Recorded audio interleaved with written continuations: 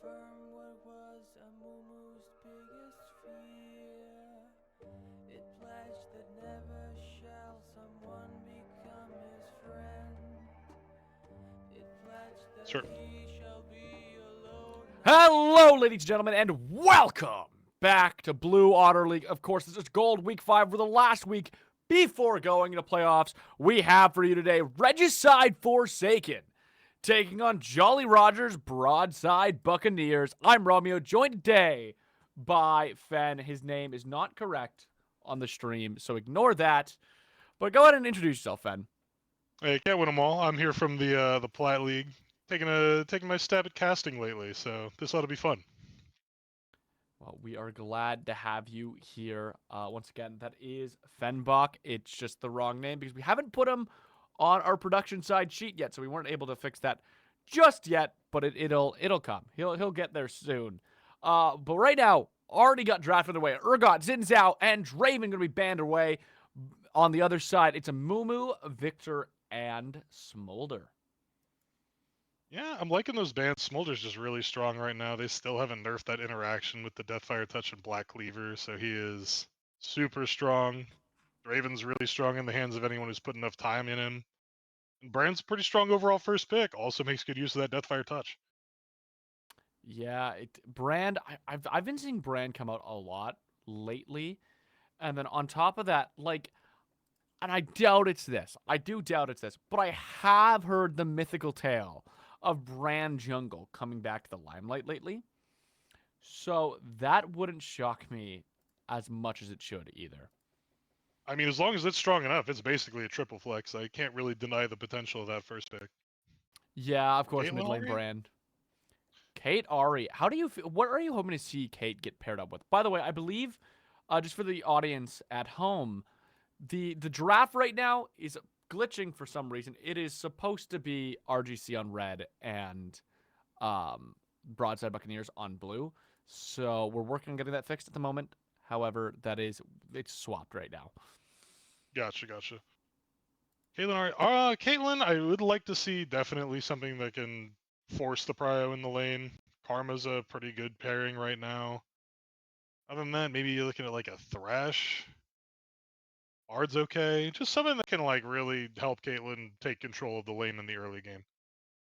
Yeah, I think that's fair. I think definitely with a pick like Caitlyn, you are looking to dominate early. I feel like going to a brand support though that could be a bit of a difficult thing to do, depending on who you end up having as that support. Cassiopeia going to be the lock-in into Ahri, a bit of a rough matchup for the Ahri in that mid lane. Wukong going to be the jungle pickup here from Broadside Buccaneers. It's immediately breaking that flex, unless it's going to be Brand as the bot lane carry, or Cassiopeia as the bot lane carry, but I can't imagine that it would be. Wukong's pretty solid. You Yeah, can get on the Caitlyn pretty well. be a bit of a weird choice for it to be Cassiopeia in that bot lane. Um, I mean, I wouldn't hate it. Lilia going to be the answer into Wukong. How do you feel about Lilia into Wukong? I'm not sure how much jungle you play, but like Lilia into Wukong, how do we feel about that matchup? I feel like that's a pretty classic answer. I mean, Wukong gets a lot of free armor from that Stone Skin passive. Lilia just gets to run circles around him at 600 move speed. I don't know if it's like necessarily 100-0 Lilia wins every time, but Mm-hmm. I can't imagine that it's a great feeling to see it locked in as the Wukong. No, probably not. I mean, the one nice thing is if you can get a good Cyclone in a team fight, you can disrupt Lilia pretty well. I think, at least in my opinion. However, getting in when you're against Lilia is not always the best thing. You got to find those nice flank angles over the wall. I feel like right now with Jolly Rancher's team or Jolly Rogers' team, you really need to be getting to those objectives first. Like Mhm. walking in a Cassiopeia brand Wukong, not my favorite thing to do personally. They're also just really short range with what they're showing right now. Caitlyn Ari are just Yeah, going to be able to control every entrance with what we're seeing right now. They got to get some really good flanks from the Wukong and from potentially a top laner here as well, if they're going to be able to force themselves into a fight here. yeah, it's a bit of a difficult situation. Also, like even with the top side right now, we're looking for some of those engage tools, I think, right now. You're also looking for something that can frontline very heavily. On the other side, I personally like RGC's comp a little more. It feels a bit easier to play. I mean, like, if Ari is landing her charms and Lilia is good at tempo on Lilia, it should be pretty solid for them. Nami going to come out to be paired with that Caitlyn. Their bot lane feeling like a pretty good duo. I think it's a good duo. I don't know if Nami's the best pick with the rest of the draft. I kind of would have liked to see something that's a little more frontline. I think a Braum would have been really strong here. I do like that Mordekaiser ban coming out of Regicide, though. That's just a good champion that can come in and just take away either the Caitlyn or the Ahri or even the Lilia, whoever's just a really big problem. Yeah, I think that's pretty fair. Um, I'm curious. Renekton gonna be the pick for top. I'm very curious. They've held this pick the entire time. Of course, that brand probably acting as a flex pick. Do you think we're gonna see an ADC or a support locked in here? It'll probably be an ADC. I just don't know what they're going to slam into the Caitlyn to pair with that brand. Yeah, it's It is going to be brand carry Thresh. or Brand Cassiopeia, one of the Thresh. two. I would be. Nah. I can't. There's no way it's Cass The Thresh. Cassiopeia is probably into the Ahri, yeah. I would like. I feel like that's just such a winning matchup. Mm-hmm. Illaoi into the Renekton. Interesting. I can get down with Alawi it. or Renekton? I feel like Alawi's such, and I mean this in the nicest way, such a low elo pick. Because like once you get a diamond, Alawi is a bit of a rough character. I find because like if you miss that skill shot, you lose. You just lose every fight. However, this could be split push god right now coming out from RGC. My only thing is, I feel like they've drafted a decent team comp for team fighting, and then you lock in a Lowy, who's not necessarily a champion you really ever want to see in team fights. That is my concern as well. I was hoping to see like maybe a Scion here, something that can just absorb the early Renekton pressure, but still have a good impact in a team fight. I think Ornn might have been a little too much magic damage, which is why I said Mm-hmm. Scion. But something along those lines would have brought things together really nicely. As it stands, Regicide really only has Lilia to be a frontline in a dragon fight. Yeah, that's yeah, and I think that's like kind of the weird thing we're seeing with these comps. But of course, one of the fun things about watching BOL Gold is anything can happen. You get a lot of bloodbaths, you get a lot of weird comps. These are not comps you're probably going to see in something like BOL Diamond. You get a lot of fun picks, a lot of comfort picks coming out, and I think that always makes for fun League of Legends. Absolutely. I mean, if the Lilia gets ahead, suddenly it's just not a problem that you don't have a front line. She's just running through your whole team by herself. But if Broadside Buccaneers is able to set up a good fight, pick out the Ahri, pick out the Caitlyn, Forsaken's in trouble. Yeah, give me your prediction based on these team comps. What do you think we're going to see coming in this match? I think the simpler 5v5 usually has a bit of an advantage, especially as you go like lower down. Like I know in Plat, we would definitely draft for 5v5 a lot. So in that vein, I'm definitely leaning Jolly Rogers just a little bit, just because I think their 5v5 is a little bit better. See, it's funny because I go RGC for the pure sake that the last couple seasons of comp, maybe not the last one because I wasn't much in the esports scene like last year, but like 2 years ago, split push comps when executed well were winning non-stop in like platinum, emerald, even diamond somewhat. Like if you can execute a split push comp well, I think it's a brilliant thing to do. You've locked Alawi in as your R5. I'm assuming you know the Renekton matchup at least enough to be like, hey, I'm going to destroy you with Alawi. I really think the split push potential coming out of Regicide could be what win them this game. Like, if we see some of these team fights get extended with the Lilia and the Caitlyn, I'm just trying to hold off the 45 long enough for, like, Alawi to take towers. Maybe drop some objectives when we get to, like, the third, fourth dragon. Fine, pick up the first couple with Lilia into Wukong, which you probably should be able to do anyways. You drop the third, you drop the fourth, but you extend the fight as much as you can without dying. And you have that Alawi split push in such a strong way, you could see Regicide pick up an early game one victory. Oh, absolutely. If the Alawi becomes strong, it becomes very difficult for Jolly Rogers to actually do their 5v5 team fighting that they very clearly want to do. So I think it's sort of a matter of, does the Alawi get ahead? Does the Lilia get ahead? Or is Jolly Rogers able to just kind of play a stable early game and then get a good fight in the mid game? Yeah. Out of curiosity, what do you think? What do you think of the Dragon Soul? If you had to predict Dragon Soul, what Dragon Soul are you hoping for? Oh gosh, 1 out of 6. I think if it's Cloud, Regicide's really happy. They can just zip around at the edge of a fight forever. But Broadside Buccaneers would probably really like a Hextech Soul with what they're showing. Yeah. See, I'm always on the side. I think it's gonna be Cloud. There's something in my vein tells me we're gonna get a Cloud right now. And I mean, Lilia with Cloud Soul is so fun. Come on. And same with Wukong. The junglers on these teams with Cloud Souls, they make something happy in my brain. Is that like wrong to say? Oh, if you thought Lilia was fast without Cloud Soul, just wait till she gets one. Oh boy. God, you have everyone asleep. She's just dancing around you with her little deer tail, her little four-legged deer. I don't even know what I'm saying right now. Oh my god. Oh god, my brain is like short-circuiting. I'm just excited to get into the match, but to get in the match, of course, we gotta go to our tech intermission. Let that 3-minute delay. So we're gonna go ahead and go to a quick break, and we will be back on the Rift. Don't go anywhere. Oh god.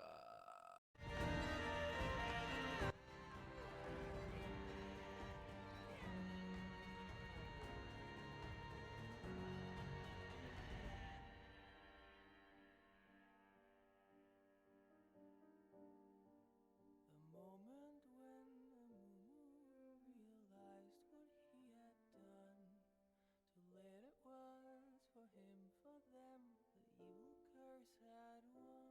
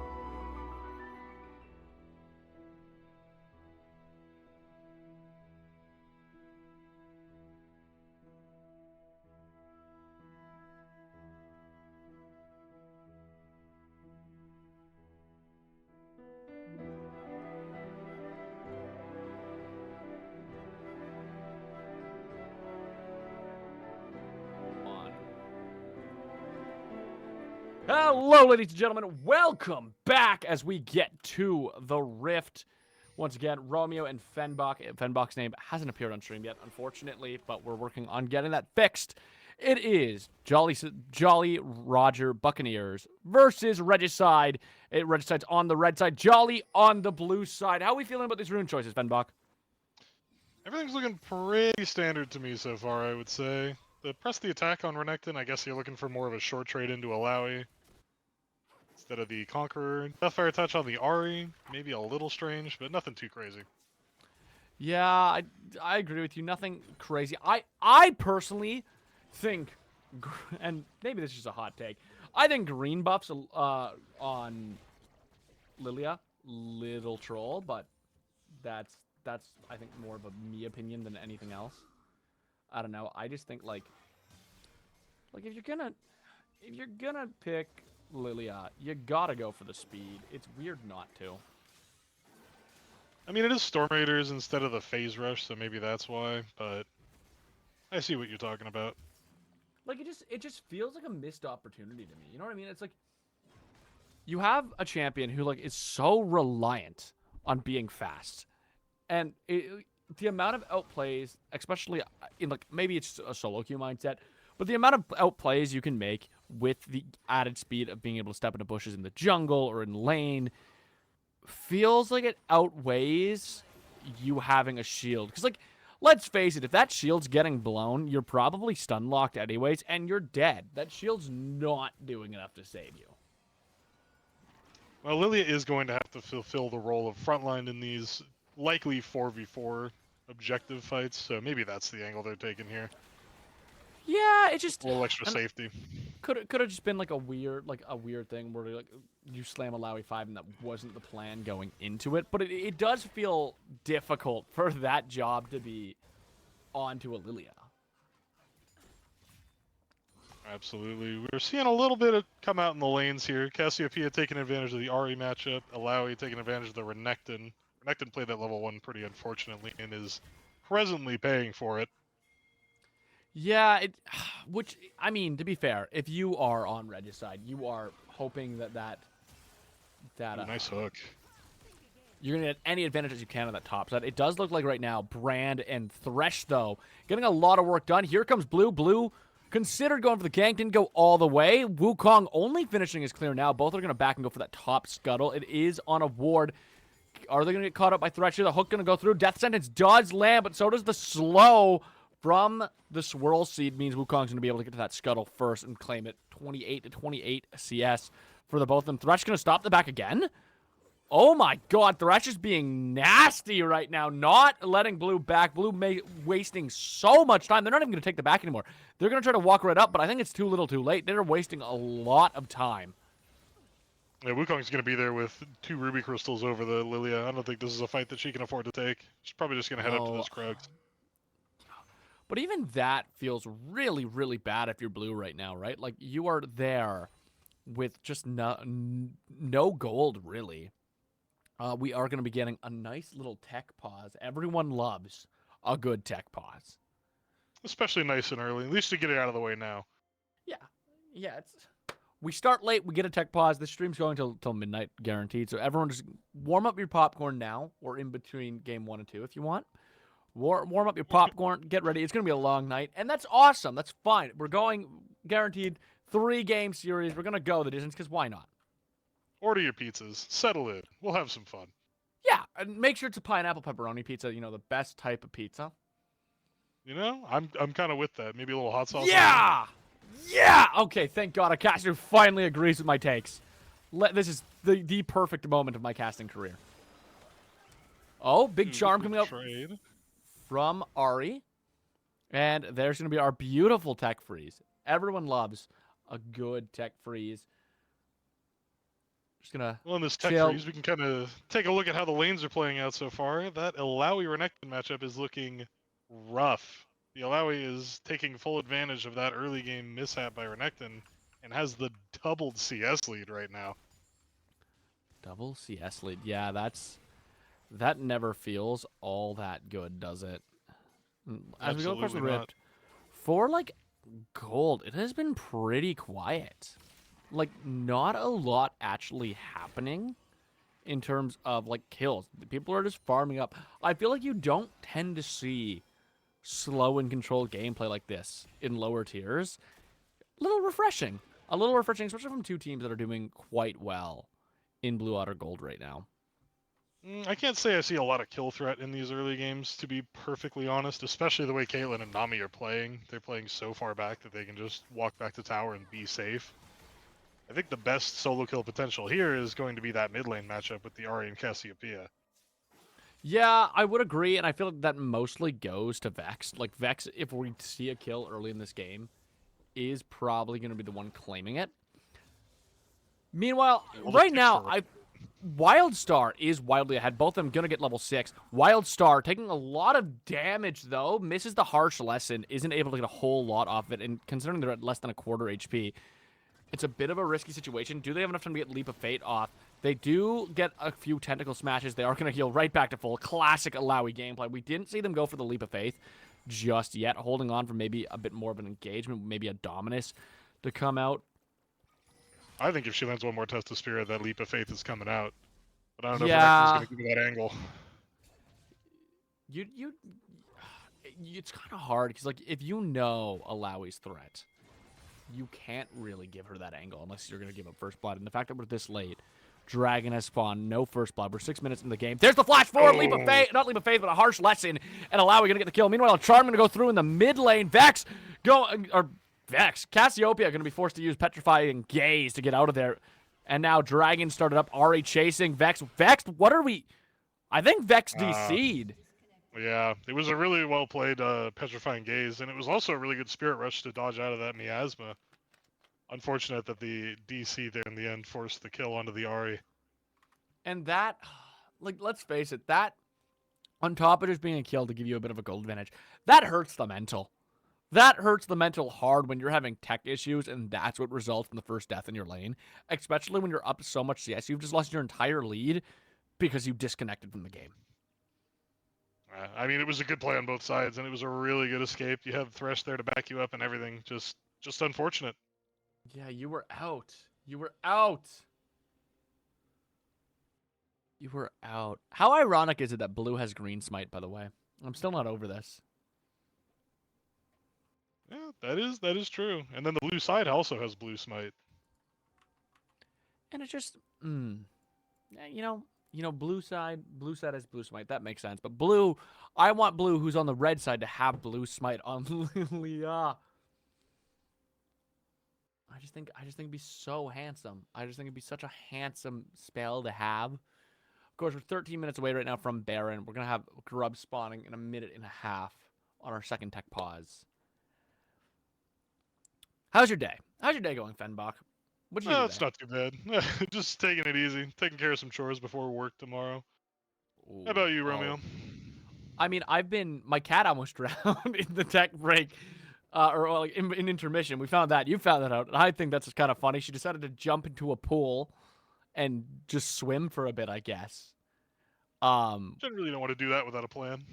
Yeah, average cat behavior, like average Yumi player, I guess. Like I don't know. I've been paneling my room trying to soundproof it, and that's taking a bit. Just like this tech pause. I get anyone who has ADHD. I feel like tech pause is like my knees shaking under the table. I can't imagine how it feels to player to have a tech pause anymore. I haven't played like amateur esports in a bit. I remember if there was ever a tech pause, I'd be the most antsy person ever. Like I'm just like dying to get back into the game. And I'm the worst about it. I just like tab out and start looking at other stuff. That's so real, though. That's so real. Dude, I have such a bad habit of, like, I'll be playing solo queue. It's like Nasus Jungle, sue me. And I'm, like, farming camps. And I'm like, well, I don't feel like this YouTube video. I'm going to tab out, start scrolling for a YouTube video while I'm farming my raptor camp or something. And I'm like, why can't I get out of Emerald? And it's because I'm doing stuff like that. Is there any good podcasts over here? I'd like to put one on. Are we about to start an unofficial Blue Otter tech tech podcast? What's our topic? That's difficult. There's so many different casters who have so many different things to contribute to these tech podcasts. Kiss, Marry, Kill, Wukong, Brand, Thresh. Oh God. Can I abstain? I'd like to kill two. No. I'd like to kill two of them immediately. Who are the two you want to kill? Thresh and Brand. Why? One of them's literally a demon, and then the other one's just like an evil personification of fire. I'm good on all that. I mean, Thresh, in theory, can be the soul of whoever you want. Just saying. I'm pretty sure Thresh is just evil. Like I read the Ruination book. He's you just could a be bad evil dude. with it. Is Ruination good? Because I like own it, it and yeah. I haven't read it yet. Yeah, it was a good book. It was a lot more about like Callista than Thresh, but okay, here's my argument. Wukong would be a good knight. Brand, if you marry, that guy can barbecue whenever you want. Free barbecue. Would it be barbecue or would it be charcoal? Depends how hot it gets, but like you could roast marshmallows on Brand. Like think about how useful that is. I mean, there's definitely some people who are into, Thresh's brand of one night, perhaps. I mean, he's got chains, he's got whips. They would say he probably suck your soul out. You know what I mean? Yeah. You wouldn't get it back. Yeah, well, you don't need if the night's worth it, the night's worth it. Bully's gonna kill us. Oh, probably. Bully's gonna kill us. This is our last cast. It's been a pleasure. Yeah, because I hope you enjoyed Gold for the season. There'll be a new producer next week, new casting duo. They're gonna go back to not streaming these games. We're very sorry. Sorry, playoffs. Well, luckily, we bought just enough time for us to get back into the game as soon as the tech freeze. They're like, we're tired of this Kiss, Marry, Kill. We'll play. Who cares if Vexed isn't back in the game? Okay, let's see. We're getting an early dragon here. Nice little 6.5 minute dragon taken by the side of Jolly Rogers, and that's kind of exactly what they need. If they can force Regicide to come to them at these later dragon fights, at the Barons, at the Rift Herald, they can set up that 5v5 and force an Ahri and a Caitlyn to walk towards them. No, yeah, I think that's kind of what they want to be doing here, especially in the sense that like, if you are Regicide,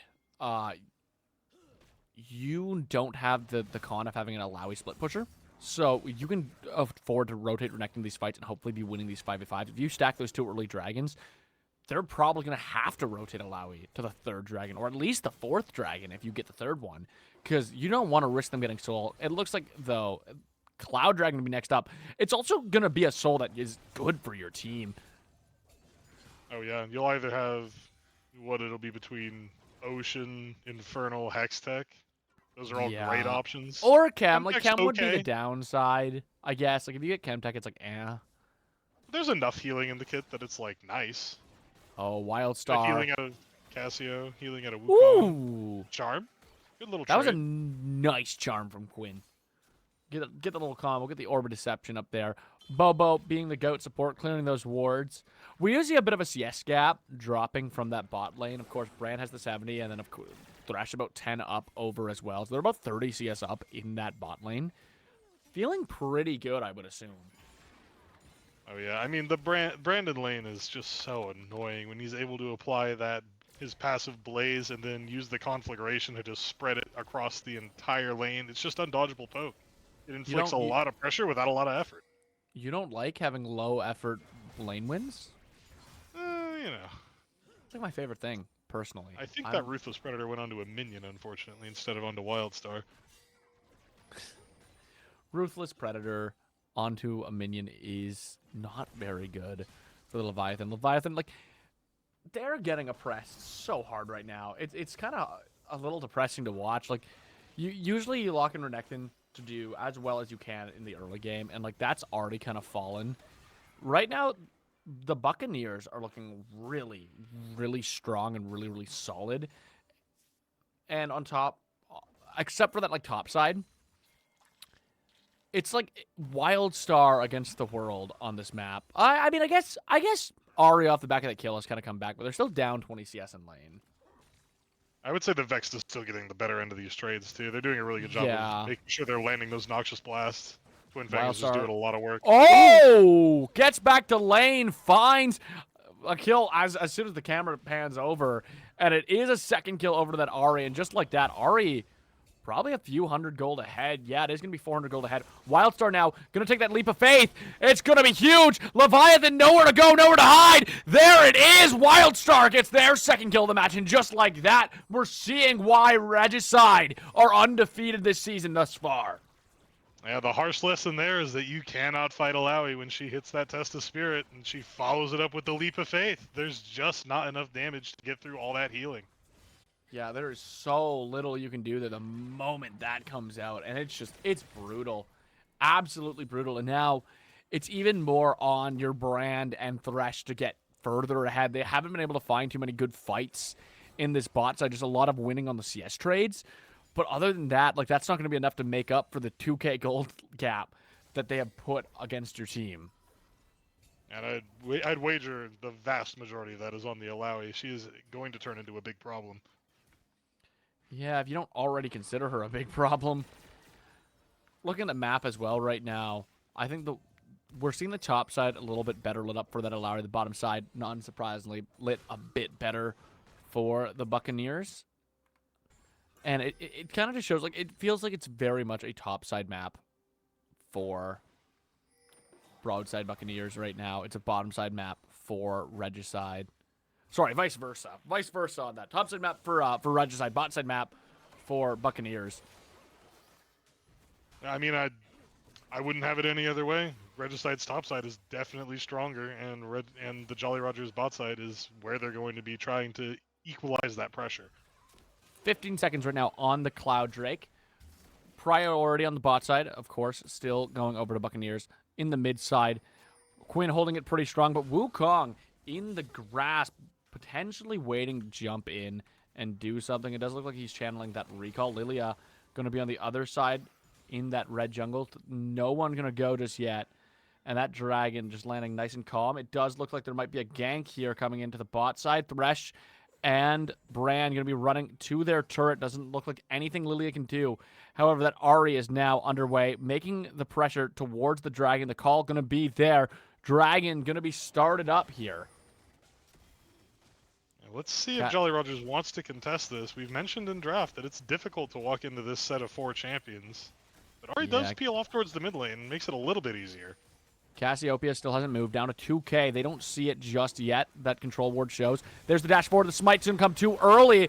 They're going to be able to claim it. Here comes the death sentence. Cyclone goes forward, but not a lot of damage to follow up. There on the backside, though, is Cassiopeia. Massive petrifying gaze. Is going to find 2. Third one is found by Brand. Make it 4 in total. A triple kill to Diving. 1 kill to Vexed. And it's a massive gold swing for Jolly. I mean, Brand picked up the triple kill, but Cassiopeia turned that fight on its head. What a great petrifying gaze. The miasma stopped any chance of escape from those who didn't get stunned up either. Yeah, and the death sentence also a great way to engage with your Wukong. Chubby sacrificing himself to get the winning fight as well. Meanwhile, off screen, Leviathan and Wildstar having that 1v1. Wildstar going to pick up the third kill of the match, and right now all the gold is on Wildstar. If we look at the gold difference, 3,000 gold up over the Renekton.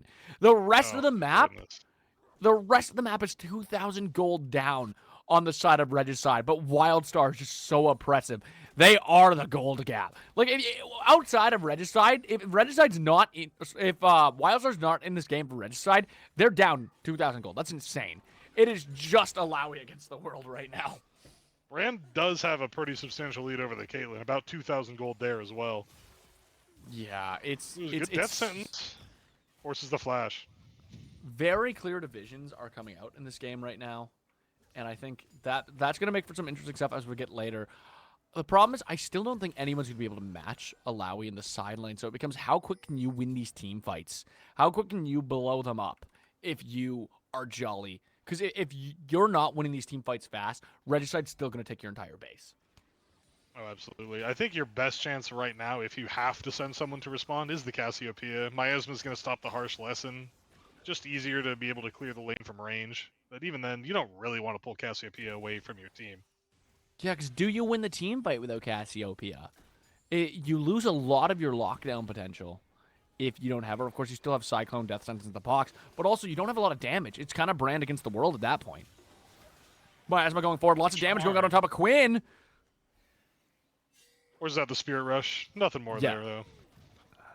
It is going to make you even more oppressive in that mid lane. You're going to be able to have a lot of extra mobility against that Ahri, not being able to dash. You can't really do a whole lot.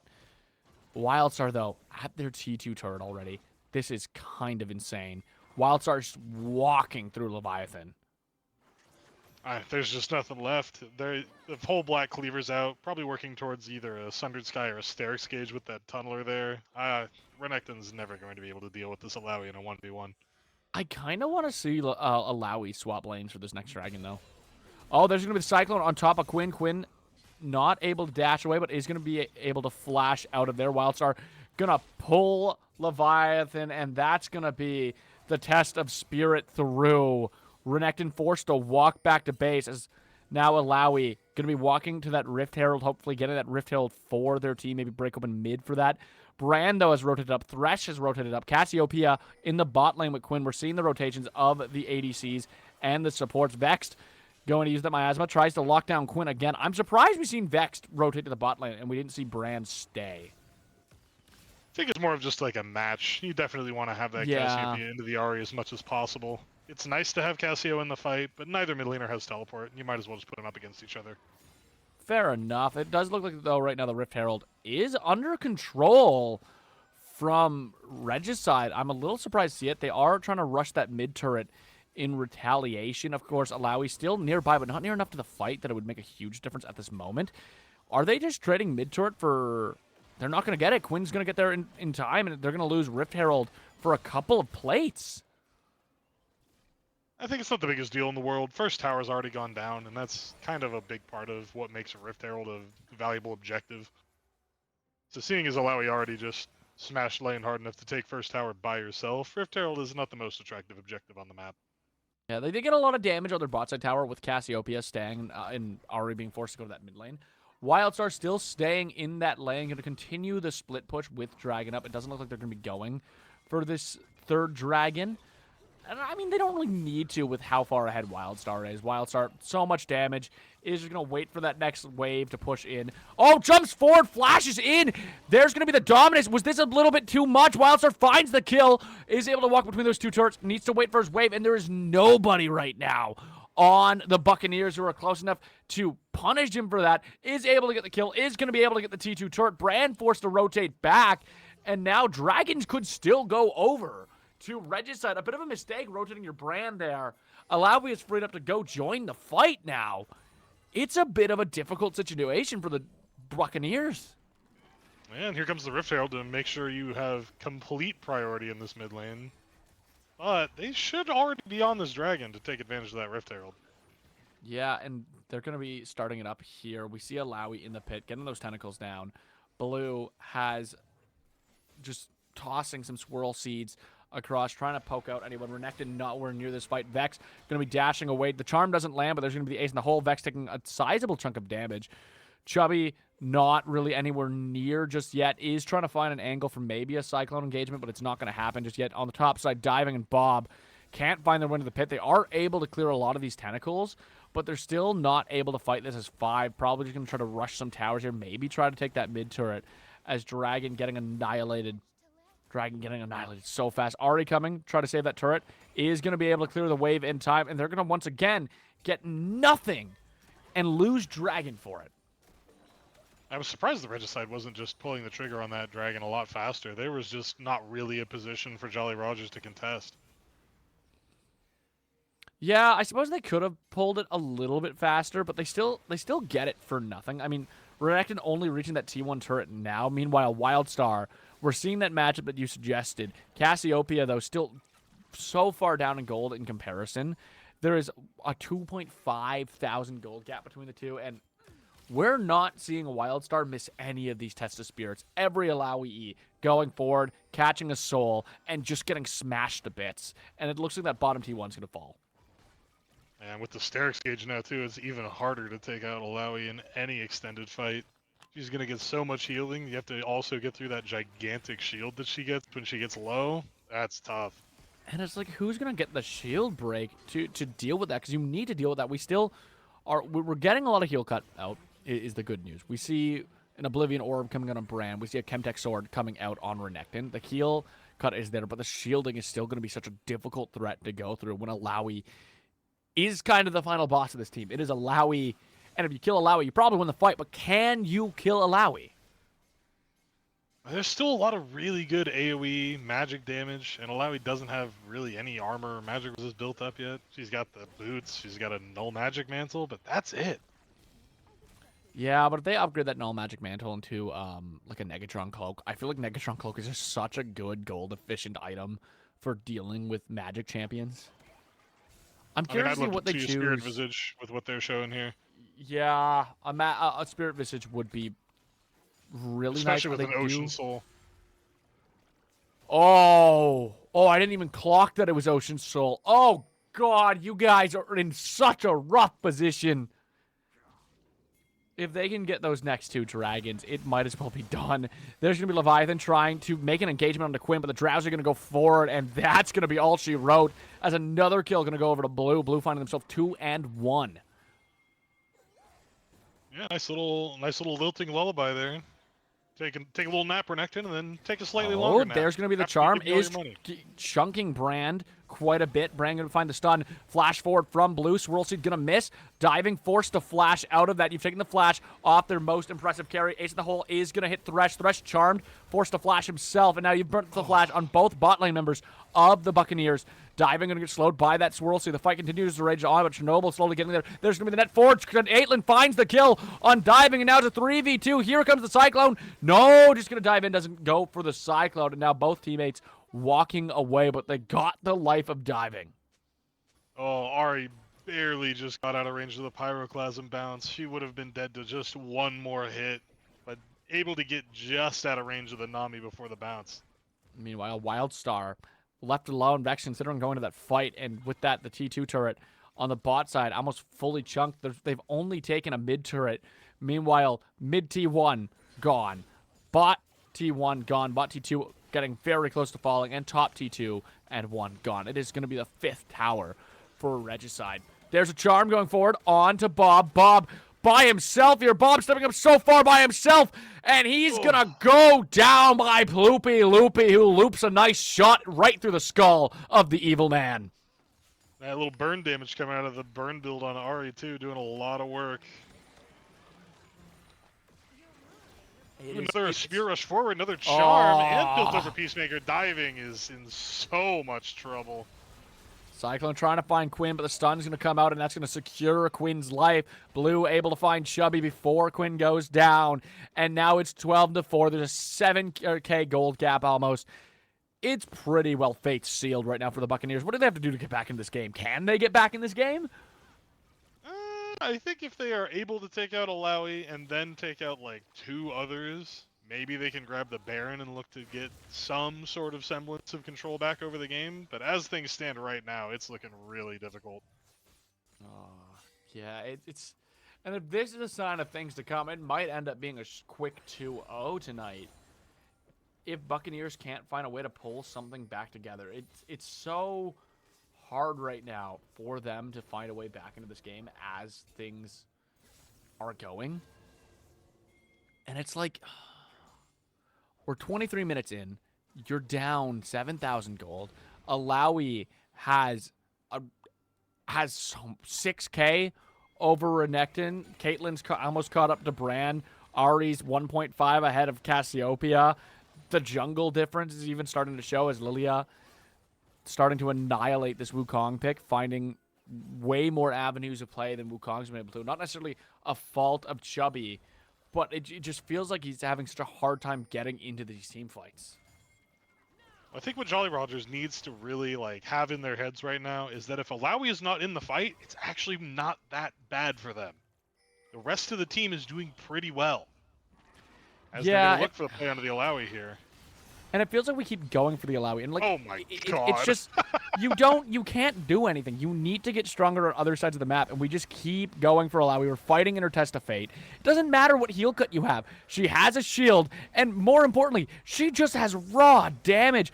Dominus, though, not available at the moment. Wildstar almost going down, but still so much health. It's found 2 of them. Can they make it a third? Their entire team is here fighting just Wildstar, and they still found 2, burnt all their ultimates. The shutdown does go over to Cassiopeia, but at what cost? You've lost your team. You have lost the dragon. You're losing your mid lane T2. You're down to your T3s.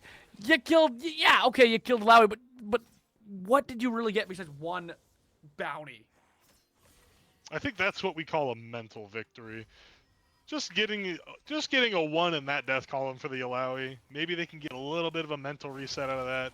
Leave Renekton to struggle, though. If you can leave Renekton in a side lane with the Alawi, the 4v4 is still looking pretty good for you guys if you're able to fight the way you want to. Yeah, and I agree with you. The 4v4 for them is 100% winnable. The 4v4 is kind of their way back in the game. But they need to smash through it quickly. They need to smash through it before Alawi's taking their base so they can win the 4v4, recuperate, fight 5v1.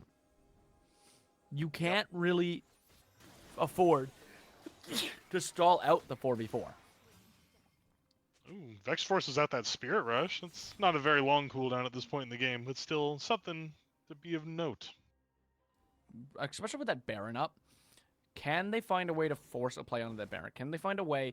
Wildstar on the map. Of course, Wildstar does have that TP, but if you can take a fight quick enough before Wildstar's TP can go off, you might be able to get some kills, find a late TP, find Wildstar, and then if you do have the health left over, find that Baron. We do see Renekton is able to get one of those objective bounties. Bran going to be the one in the side lane against Alawi right now. Yeah, I mean, Cassiopeia didn't work. Might as well try Brand. Does this feel like it's going to be a mistake, though? You lose not only one of your most credible threats for the team fight, but on top of that, 5 levels down? Diving, you can't be walking up close, brother. Just clear the wave. Alawi doesn't have flash. That's the good news. The bad news is...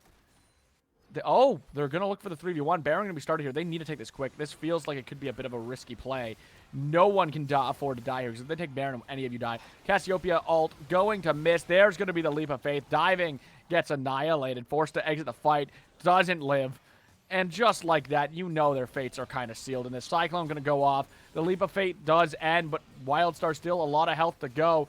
They are going to trade 1 for 1 and a Baron. Yeah, doing it once is for the moral victory. Doing it second feels like tilt. You can't just be sending this many people to the bot side of the map while Alawi is down there. Alawi is built to buy time and win lopsided fights. And what's even more confusing is why is Renekton... If the play is we're going to send our team at Alawi, why are we only sending some of our team and leaving Renekton? Like, either commit to the play as 5 so that no one dies, or don't commit to the play. But we need a concrete decision. We are splitting resources when we don't have resources to split. That's not the objective. You guys are team fighters. Team fight. Either pick the Baron or pick the Alawi and commit to it as 5.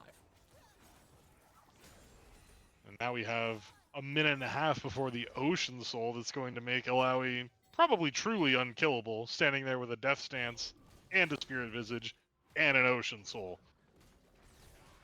And it's like, how do they get it? I think they just have to try to steal it at this point. I don't know.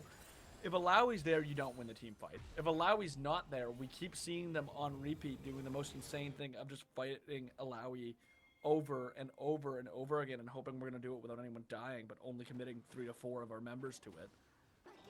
No, I mean, Wukong is going to clone over the wall and try and outsmite the Lilia. That's kind of the only option here. I hope that that's what we see. I have a feeling we're going to see a fight. I can feel it in my bones. I can feel it in my veins. They're going to go for the fight for some reason, and it's going to result in all their deaths and probably the game. Oh, God. Oh, God. Bob. Oh, no. Oh, no, Bob. On the bright side, it only landed on the Thresh. He won't get one shot by it. True. I mean, no more Thresh for the fight. It'll only take Meanwhile, out 60% of his health. Ari's the one on the sideline at the moment.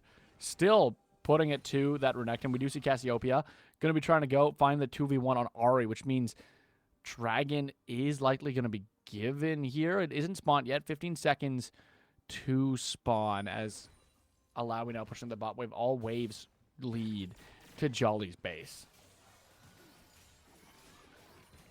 Yeah, they're just not really given an angle here for an engage. Thresh could just walk up and throw a death sentence and see what he finds, but I don't think there's really much fishing to do around here. Yeah, the Fisherman not feeling great. Ari pushing into that top side T3. Alawi pushing into that bot side T3. Meanwhile, This Dragon is going to be their best the chance. entire team is going to commit to this Dragon, try to get the Dragon and back to base in time to keep the game alive. It does look like they're on top of Dragon. They're losing so much. TP's going back to base here. They do get the Dragon. The Dragon is secure. They stop Soul, but they're going to lose 2 inhibs at that cost, and it's Baron minions pushing into their base. Good now. There's going move. to be a huge stun. Trying to finish the job on Quinn. Quinn is able to get the inhib and get out. Alawi going to get the inhib and get out. And now all 5 of them are able to just walk down mid. The Baron's going to be gone. But in 5 minutes, you're still going to have a Dragon fight and 2 inhibs just coming back up. They bought 5 more minutes. That is what's important here. Yeah, we do see Regicide having a bit of a difficult time closing out this game. They're slowly and methodically just trying to take piece by piece. But when you're this far ahead, I kind of strive to see a bit more of a force. I definitely think they could have just committed to sending everyone with the Alawi and looking for an end through bot lane. Renekton might be a little too far up. We'll see if Lilia finds him. Lilia does not appear to be able to find him just yet, as all's a little bit quieter on this rift. We see Ari just farming that mid wave, kind of the only one pushing at the moment. Alawi going to be pushing a little bit further back. There's going to be a Drowsy, though. Falls asleep. Bran getting sent right back to base. Can they find the kill? They're one little shot away from doing it. The Nanami Wave's going to secure the fate. Diving goes down. Vex going to be next, but the stun goes through. There's a death sentence. There's the shutdown onto Alawi, but here comes Wildstar. The leap of faith goes forward, and it's just destruction from the Tentacle Queen as Wildstar annihilates Jolly. RGC going to go over, goes for the charm. Vex putting in as much work as they can, but is it going to be enough? They find another shutdown, but is it too little too late? Flash forward, Caitlyn going to be able to find Vex, and now it's just Chubby Chernobyl, and they're going to make like the elephant's foot and leave the radiation zone that is their base as it gets completely shredded from Regicide, who are easily going to take down these last 2 turrets and find game 1 in the last week before playoffs. God, that Alawi was just a menace. The pasta was flying absolutely everywhere, and the damage was not far off. No, it wasn't. As Wildstar just bullying them in their base. It is going to be the destroyed Nexus here as they do claim 1-0. What do you think? After seeing this game, what do you think needs to change to be able to see Jolly pick up a victory? I'm assuming this is Fearless Draft, yes? Yes. Okay. Alawi is out. That's a mental victory right there. You don't have to deal with that again. The downside is York top lane went exists. really rough either way. I think you're going to need to, for Jolly Rogers, you're going to need to get somebody that can kind of neutralize that matchup because it looked really rough. But I would say that for laning wise, the other ones went pretty well. They were pretty back and forth. Junglers maybe didn't exert too much, but it was a Wukong, a Lilia, champions who really like to hit 6 before they're really going to make too much of an impact on the game. I don't know. I guess the top lane's the big change I'm looking for. Yeah, I'm just worried we see another split pusher come out, and then what? Because if you see another split pusher come out, it becomes, what do we do? What do we do if a Yorick comes out? The good news is they have R5 now. If you're saving that top pick for R5, in theory, you get the counter pick, and you can make the change necessary so that that isn't a threat. But if you get counterpick and you still lose, let's face it, if Buccaneers can't find a way to win that top side, they're done. They're done. Their life is drowning, and that scares me when it comes to playoffs. Because sure, this is a regular match. Sure, we're probably both going to see these teams make it to playoffs regardless. I mean, Jolly Side is a little bit at risk if they do lose tonight, because I believe Tech can kind of slide in and Sure. and potentially take away their play. Like Tech and Era Athos can kind of slide in and take that spot from them. It's not the most likely thing in the world, and to be fair, I've seen Jolly Side for a couple of years now. It's nice to see them go from kind of a jobber team to a team that's like moving up in the ranks. But if they can't find a way to turn this around, at the very least for playoffs, what does that mean if these two teams maybe meet in the semifinals, maybe meet in the quarterfinals, and then what does Jolly Side do? I think this match, at the very least, even if both these teams make playoffs, Jolly Side knows, and almost any team watching, because every team has gone against Regicide and lost. We need to find a way to counter split push. And I think the biggest thing is finding 5 and committing to plays as 5. That's how you beat split push. You need to be on the same page. You need to make things happen quickly. Mm-hmm. And I think the big, like, if Alawi doesn't get that far ahead in lane, I think there was also a moment in the game where Leviathan was also disconnected. That was one of the tech pauses we had. So maybe it's like, Yes. just take a mental reset. Like, things went really bad. I was lagging out in the early game. It's a rough matchup. I got R5. Go into game 2, fresh mindset. Play just like a nice, neutral game. Don't get crazy. See what happens with the rest of the map. Yeah. But I think with that, the only way we can find out what changes are made is by going to draft. But to go to draft, we're going to go to a quick, little, short baby intermission. Probably less than a minute, and then we'll be back with draft. So don't go anywhere. Hang tight, and we'll be back with game 2. And we're good. Oh, no.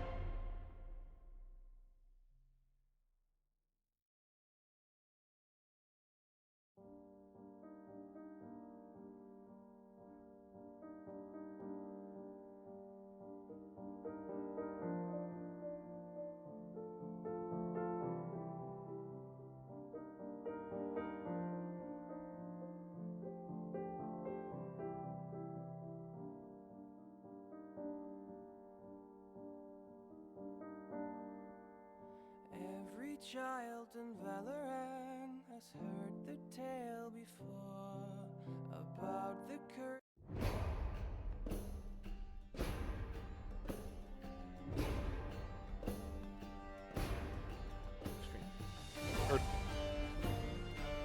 Hello, ladies and gentlemen. Welcome back as we get ready for the Game 2 draft already underway. Of course, once again, it is Regicide Forsaken taking on the Jolly Rogers Broadside Buccaneers. Of course, Regicide undefeated this season so far.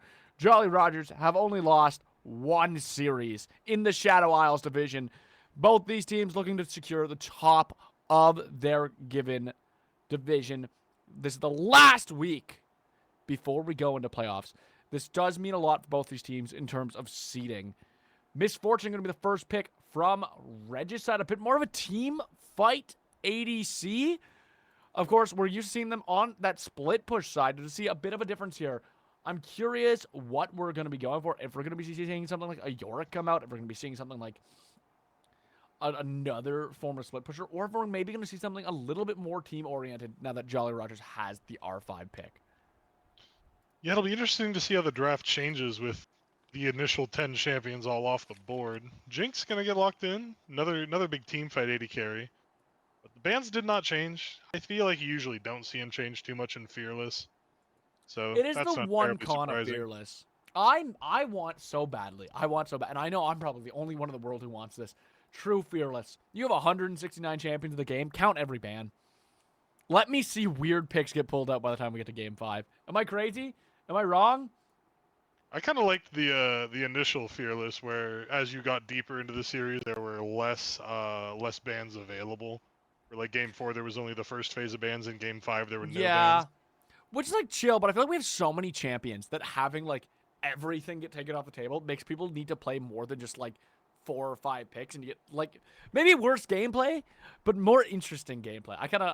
My brain just tickles going to Silver Scrapes and knowing half the game is unavailable. But Jinx gonna get locked in, Pantheon gonna get locked in, Rel gonna be the follow-up. I really like the bot lane of Regicide. Syndra gonna get a bit more of a scaling middle laner from Regicide. The answer from Jolly Rogers, we're gonna wait to see. Of course, that Pantheon probably gonna be a jungler, I would imagine. I don't think Pantheon's the pick you go with Jinx. I mean, what we're seeing at a Regicide now is we did our split push. Now let's team fight. That's a 3-man team fight core. What more do you want? You're gonna probably find some either engage or follow up from your jungler, and the same thing from your top laner. Rakan gonna be the pick with Jinx. We know that top laner, you're not gonna R5 a jungler. We're gonna have a top laner come out from Jolly's R5. Regicide are gonna have to blind their top laner. They've already blinded their mid. So we're probably going to see a couple top lane bans come out from Jolly Rogers based on what they want to play. Set going to be the first top ban from Jolly Rogers. Meanwhile, Regicide most likely going to ban out mids, going to ban out some of the Syndra counters. Malphite. They don't want to blind or they don't want an R5 Malphite. I'm curious what they're going to blind if they're trying to take away that Malphite pick. Yeah, that is interesting. I guess they'd probably just be going for something that's either maybe an Ornn? Like hard AD. Mordekaiser ban, Set, Darius, just like super strong laners taken away by Buccaneers. And just kind of like good utility picks taken away by Regicide. How chill would it be for Regicide to lock in an Ornn top? Their top laner wins the game 1, and they're like, now he chill. Now he chill? All right. Now he chill. You had your fun. Tank duty. I just think it'd be so funny. Here's Ornn. See you in 20 minutes. Oh, God. Ornn would actually slap in their comp. Ornn would slap so hard here. The J4 pick, MF, Rel, Syndra, go for it. Oh, we're splitting? How about Yorick? We're splitting? No, wait. Oh, split push that's 2, still split push 3. Vayne would just be mean. Vayne's just mean. Who's it going to be? Stop teasing us. Lock it in, please. I can barely wait. Lock it in, please. It is Yorick. Okay. It is split push comp. Interesting to lock in such a hard team fight core, and then Yorick. I mean, it's a good 4-man core. That's what you want with a split push comp is like, hey, these 4 champions can operate together, and then Yorick can go do whatever he wants.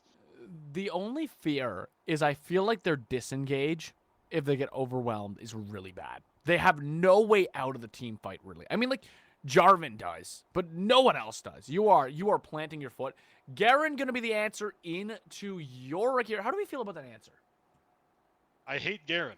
That's kind of all I have to say about that. As a former top lane player, I hate that champion. I don't know this matchup specifically, but I think if Yorick is able to pretty consistently land his morning mist, then he shouldn't have too much of a problem. So Garen has the better win rate in this matchup up until Diamond. Garen rocks a 52% win rate. Once you hit Diamond, it goes down to a 48.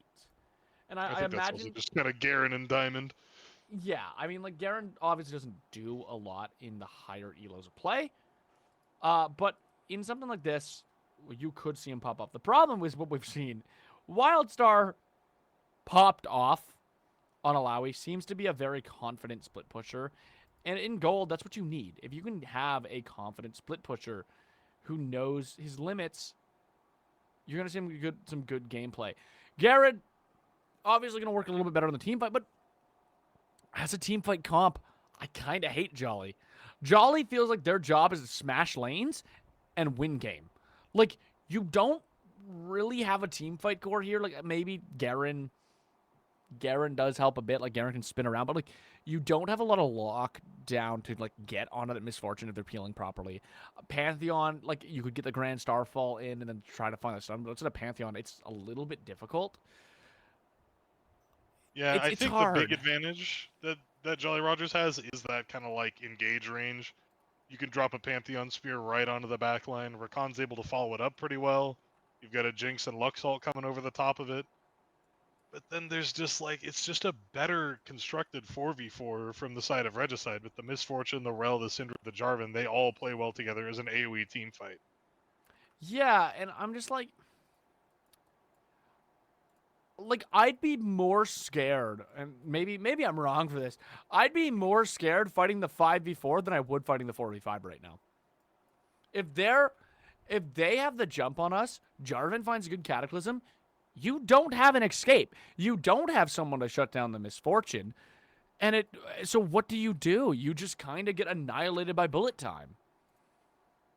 Yeah, I mean, I would have liked to see a champion who's maybe just a little better at interrupting either the Rel or the Misfortune. Rakan just kind of feels like he's a little stuck in the middle here. Like he's just going to have to pop the quickness and sprint at Misfortune and hope that bullet time doesn't kill everyone before he gets there. Yeah. Especially when they drop the Misfortune pick so early. Like, yeah, you already had the Jinx. Actually, the Misfortune was the first pick of the game. You could have locked in anything. Like, even, to be honest, you know they're going to go for a split pusher. I know it's a little unconventional, but even something like a Trundle jungle could have benefited you so much more over the Pantheon. You have that subjugate if the split pusher gets strong. You have that pillar to knock out Misfortune ult, right? Like a traditional counter in that way. And we went with the Pantheon, and I feel like the Pantheon is one of the biggest mistakes I see in this draft. Because I don't feel like Pantheon's tanky enough to help as much in the team fight with a double bruiser, nor does he have the lockdown to help disable a Misfortune or a Syndra. So it's like, you have a great flank, but you have nothing to set up the flank. I do think Pantheon is kind of like the crux of the draft. If Pantheon gets going, he's definitely threatening. He's able to absorb like infinite damage with that Golden Aegis if he's using it properly. It's just a matter of like, is Scout of the Week gonna knock him out of his jump? Is Misfortune gonna be like too strong where he gets like takes a ton of damage just going in to stun her?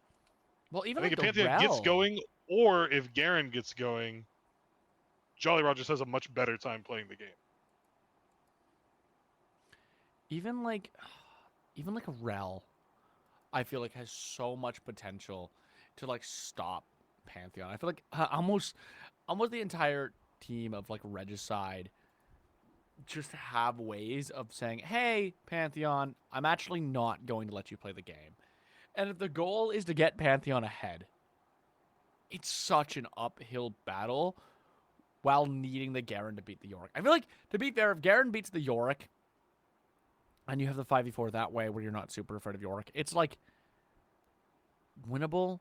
But I feel like we're so focused on the top two of Jolly Rogers. And then, like, if this game goes super late, Jinx can do a lot, but you need that early kill on Jinx. And I feel like there's nobody you can get an early kill on Regicide as well. Like maybe if a Jarvan goes a little too deep, you can kill them and get excited, but there's no easy target to get excited on. Yeah, I mean, your best bet's probably just like, oops, Rel missed her Crashdown. Now we get to CC her while she walks away slowly. But even then, Rel's pretty tanky, even in the early game while dismounted. So Rel's we'll tanky, see a how that bullet early time game over a goes. wall. Yeah, there's a lot. But I'm going to ask you again, what do you think is going to be the Dragon Soul this game? Ooh, Dragon Soul this game. Well, it was Ocean last game, and that definitely favored Regicide, which was the red side. So what favors Broadside Buccaneers here? I think they would like an Infernal Soul to try and just one-shot somebody, get Jinx that reset. I'm going to say it's Infernal. See, I feel like Inferno Soul benefits Regicide so much as well. I think we're getting a Chem Tech. I think it's going to be boring. I think we're going to get Chem Tech Soul. It's going to benefit nobody. Nobody's going to care. However, I'm very It'll curious to benefit see how this Dragon Rakan. He'll fights. make a crazy flank off the Chem Fruit. Dude, Rakan when he flanks around the wall and doesn't die because of the 10% damage buff. Huge. Or defense buff. It's going to be huge. But with that, we're going to see how this game plays out. We're going to go into our 3-minute spectator delay, and we'll be back on the Rift for Game 2. Can Regicide have a clean season 5-0, or will Jolly Rogers bring us to a Game 3? Don't go anywhere.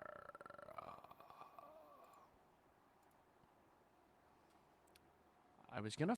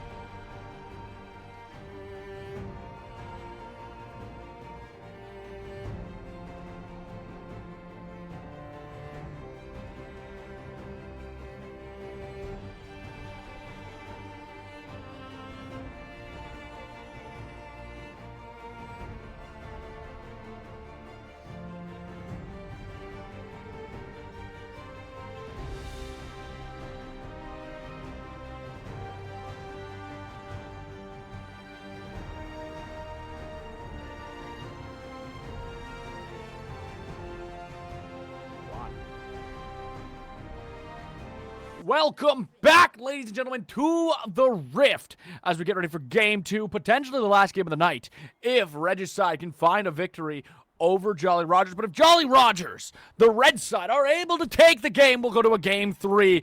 Can they bring down the undefeated team of Regicide? Or can Regicide keep the streak going right into playoffs? We're about to find out as all the summoners are meeting in the lanes, all the champions getting ready on the Rift. Of course, the split push god in that top lane, Wildstar, ready to make an appearance. We have our mid lane duel ready to happen between Quinn and Yex. A bit of a different style in this mid lane, though. Two mages coming out again, but this time a lot less movement and a lot more can you land your abilities? Can you have better poke? Yeah, Wildstar taking advantage of this level 1 again. Not quite as winning as last time, but getting a couple grass procs definitely puts the trade in his favor. The song that was just on stream, by the way, was Tales of the Rift from the League of Legends thing, and before that was Braum from the League of Legends song. You can find it on Spotify or on YouTube. It's some songs that they released. My favorite is Curse of the Sad Mummy. Out of curiosity, I know this is a bit off topic. Do you have a favorite song League has released?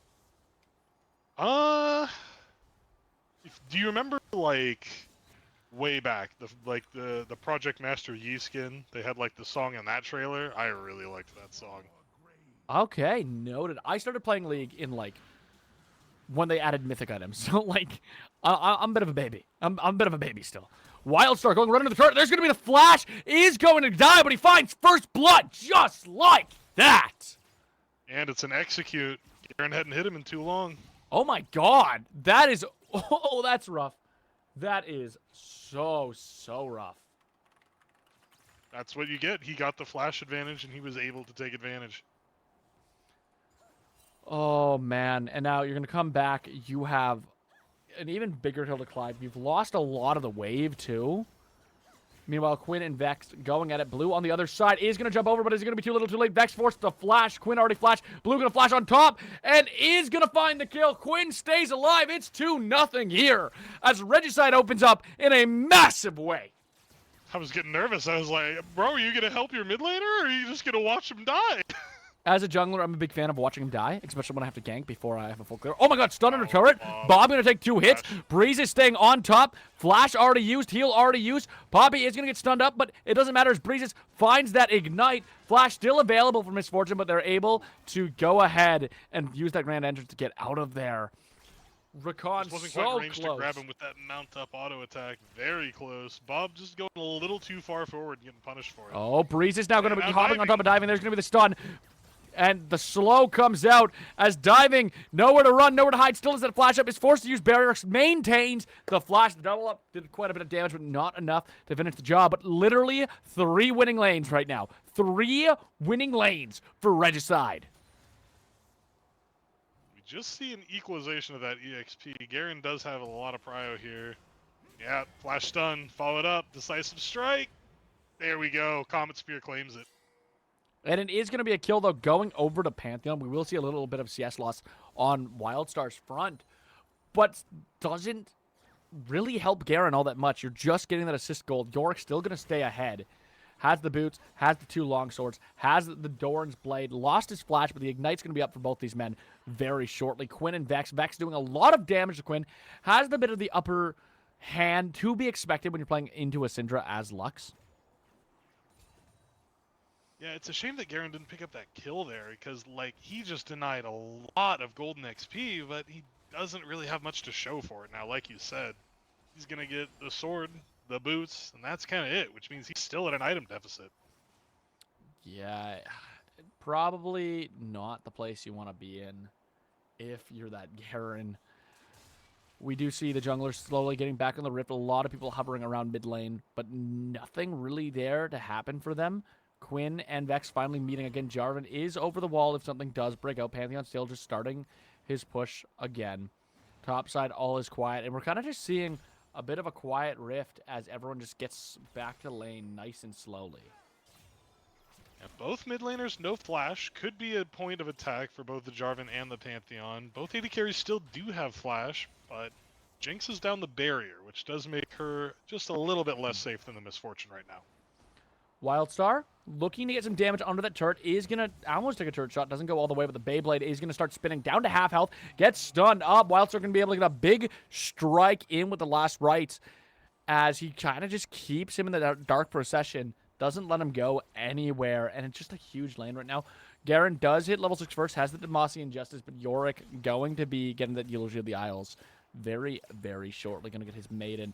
Meanwhile, Pantheon making a bit of an entrance here. Grand Entrance goes forward, forces the flash into Misfortune. Chubby Chernobyl not going to be able to do much from there as he's forced to just kind of lay off. A bit of a too early of an engagement from that Rakan, only gets to blow the flash.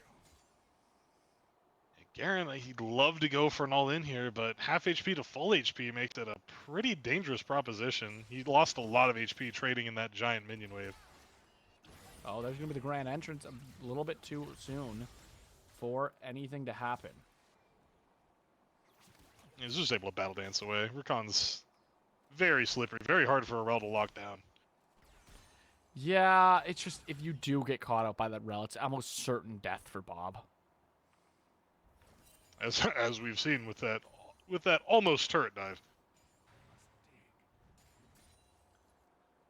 Top side here, still just a pushed up Yorick. Mid side securely controlled right now by Vex. He's going to land that root.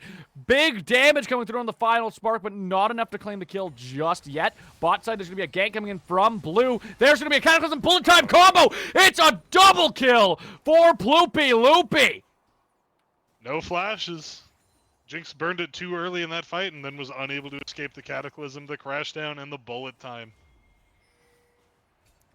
What a play. And now it's going to be Wildstar who's caught in a rock and a hard place. The spinning Demacian on top of them. There's going to be the Maiden coming through, forces the Leviathan to run away. Chernobyl not going to be going in to any fight here just yet. Yorick going to be able to take a nice, healthy back. 1,000 gold on that back. Going to get a big component. There's going to be Dragon claimed from the blue side. As all's quiet on the Summoner's Rift for a little longer. Very nice. Very nice having that sheen on the Yorick. The last rights are just going to be hitting that much harder. Blue, stealing blue buff, trying to claim his stake heal. He is going to be able to claim it. Going to stick around for the Grump. We do know Pantheon just in the wings waiting to come. His bot lane's not here. This is such a dangerous gank. He's dropped the flag. Rakan going to be there, forced to burn his flash for no reason here, Blue. Just a greedy play that is going to cost him a 5-minute sometime. He is able to flag and drag out. Very nice, but what a risky play for such a little reward. Yeah, living dangerously. He got his buff, but he probably should have backed out after securing the prize. Wildstar sneaks the Ignite away from Leviathan. The Maid going to get a lot of damage now from Leviathan as he was stuck inside of that Dark Procession, forced to run away from the minions of Wildstar. Just barely able to get away. That Dark Procession cutting off the engage was super critical. If he's able to land that decisive strike, I think that's probably a kill for the Leviathan. Wildstar going to get the Ignite. There it is. He is able to find the kill. And now we go back to bot side, where it does look like a play is leading up. We have both junglers here, maybe waiting for some action. Jarvan going to be taken back. It does look like Pantheon's going to be pathing to that top side. A big kill for Yorick is going to be able to get a lot of that turret damage coming out. Oh yeah, farmed off 3 plates? 2 plates, 3 plates? That's a lot of money in his back pocket after a solo kill as well. 1,200 gold lead is looking very familiar after the last game. Yeah, it's once again that strong split push that you're really hoping to break with that Garen pickup. But so far, it doesn't look like it's been enough. And now Jarvan already claimed that dragon, is probably going to look to claim the grubs really shortly here. Meanwhile, bot side, the war wages on between ADC and support. Grand Entrance is going to stop anything from happening on Breeze's end here, as we do see still a gold gap forming for that Misfortune off that double kill. 800 gold ahead of that Jinx. Yeah, that plus the Yorick lead is basically the entire gold lead at this point. The rest of the map is not too separated. There's a bit of a CS lead in mid lane, about 20 farm. But Cinder does have that 1 assist as well. We are seeing some backtimers go out. Is able to get out just in time to avoid the Grand Entrance. Only Rel staying behind just in case something broke out there, as the whole team getting some good reset timers as a squad. Only Jarvan and Yorick unable to back with their team. But the fight rages on up here as Wildstar getting caught from the Maiden. Wildstar on that chase. Pantheon on the red buff. He's trying to get to his dear teammate in time. Can he do it? It gets to the blast cone. Probably blast cones the wrong way. Finds Lux. There's going to be the Grand Starfall, but Blue over the wall flashes. Blue is there to help if this fight continues onwards. Is the Maiden going to escape? Healing too much. Blue on top. Meanwhile, Vex getting damaged and pieced up here from Quinn. Blue over the wall. There's going to be the Cataclysm. Blue forced to flash, but it's not enough as Unleashed Power is going to be all she wrote. Blue misses the Flag and Drag. Oh, man, that was some absolute chaos up in the topside jungle. Very interesting fight. Burns a lot of resources on both sides. But there's really not anything huge to fight for outside of these grubs here. Yeah, Grub's going to be claimed away right now by Blue, who's probably feeling pretty good. Oh, yeah. If you're giving 3 grubs to a Yorick, I mean, you're in great shape.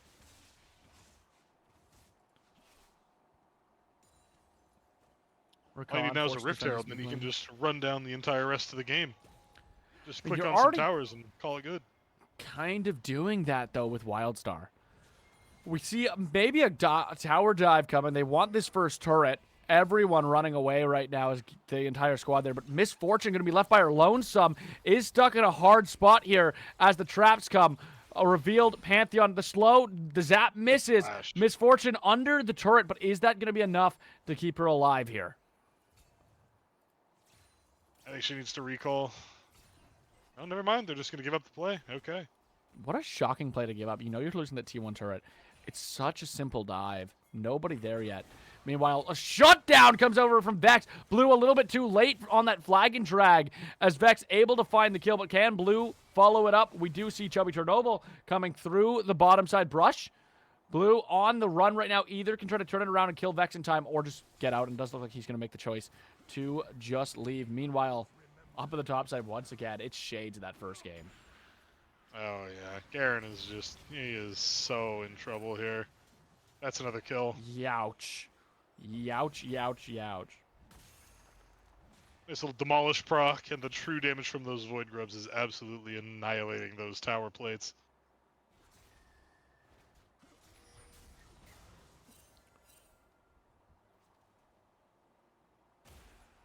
It's going to be a T2 turret, maybe. Oh, yeah. I mean, Lux is doing well, but I don't think it's quite enough to balance out the CS gap in the top lane, the CS gap in the jungle, the double kill that happened in the bot lane. Yeah, nowhere near it. We already have that 3,000 gold gap once again on the Yorick. Only this time you have Misfortune joining with 1,000 gold to herself. It's like, where do you go from here once again? It's just going to have to be like a Pantheon Lux just destroying someone from 2 miles away. Oh, Dragon getting ready to be started here. Blue going to be starting it up. Could be the second Dragon. Is that Inferno Drake? Not going to be an Inferno soul this game. Chemtech still on the table, and that's what's important deep down, ladies and gentlemen. Leviathan is here, though. It is a 5v4. A bit of a different angle. Grand Starfall going to go forward, and it looks like they're going to be forced to drop Dragon here as Floopy Loopy gets caught out right now by Bob over the walls. Leviathan going to get shot up. Jinx excited now of the Super Mega Death Rocket. There's going to be a huge trap stopping the team from being able to help Breezes, and without that Misfortune up, you're not winning the 4v2. Quinn going to try to get to the tower in time, is pushing them away, scattering the weak, but is it going to be enough? They are under that turret. Meanwhile, Yorick pushing at the T3. Can they stop some backs here? Can they let Yorick push harder? We're going to see people backing away, but Yorick has that TP coming in, almost has that T3 turret 14 minutes into the game. Insane plays coming out here. It doesn't matter if you're winning the team fight when your base is being breached at 15 goddamn minutes. Rift Herald hasn't even spawned yet. How are you even supposed to contest that? It's next to impossible right now to contest anything on the tops of the map. Rift Herald spawning momentarily. You could use it to breach that T3 if you want to take an inhib at 15. Probably not your best play in the world. I would like to see this Yorick rotate sides, but Yorick has different plans. Yorick says, Leviathan, I'm 2 levels ahead of you. Why are you here? Why are you this far up in lane? You don't know where I am. I was taking your Krugs. Get back here. Get back here, you running Beyblade man. I want you. I want another kill in my collection. He misses the seal, and it just doesn't matter, though. Wildstar is on his tail. He is here. Rakan says, I'm going to help him out. Okay, Rakan, I'll fight you too. It doesn't matter. I am a 3-2-1 Yorick with 2 towers and more plates under my belt. He has 7,670 gold in his pocket, 13,000 to spend, or 1,300 to spend once he goes back to base. Is probably going to get a second item off of this. Insanity. Oh yeah, I mean he's gonna go back. He's gonna get, I assume, most of a black cleaver here, and then he's gonna head out to the bot lane and push down 2 more towers. Yeah, it's just... You might as well get that Rift Herald, pop bot, maybe pop mid with it if you really want. Yorick's going to push for days. Oh, there's going to be a Cataclysm on top of Bob, but around the corner, Chubby Chernobyl is here to help. Misfortune not close enough to make anything happen with that, but we do see as Quinn is in the fight as well. Bob going to get stunned up by the flag in drag. Leviathan caught way too deep. The Beyblade ain't able to do enough damage as the double kill over in the 4v4.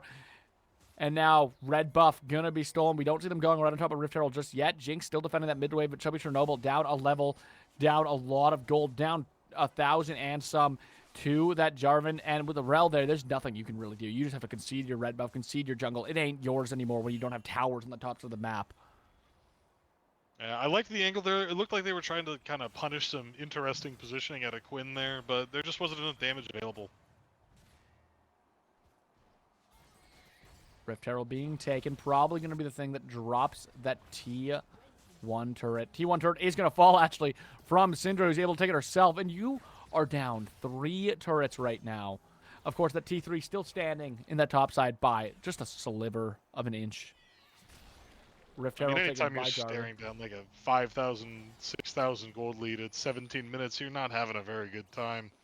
And there's not really that much scaling to keep in mind either. Like, Jinx will become threatening, of course, when she's able to complete that Infinity Edge, but at the rate the game's going, she might not finish it this game. Even if she does finish it, there's no front line for her. I don't think Garen and Pantheon are effective double bruisers.